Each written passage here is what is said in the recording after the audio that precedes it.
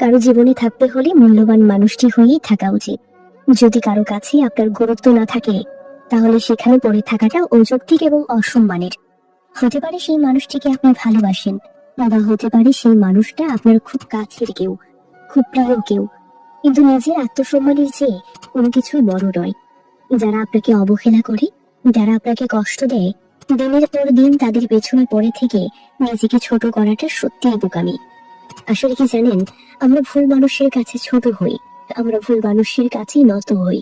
যারা সত্যি আমাদের গুরুত্ব দেয়, আমাদের মূল্যায়ন করে, তারা কখনো কোথাও আমাদেরকে এতটুকু ছোট হতে দেয় না, বরং সর্বোচ্চ সম্মান দিয়ে আমাদেরকে সবসময় আগলে রাখে, আমাদেরকে ভালোবাসে। এই যে বললাম, আমরা সবসময় ভুল মানুষের কাছে নত হই, ভুল মানুষের কাছে ছোট হই। তাই কারো জীবনে থাকতে হলে মূল্যবান মানুষটি হয়েই থাকা উচিত। যদি কেউ আপনাকে গুরুত্ব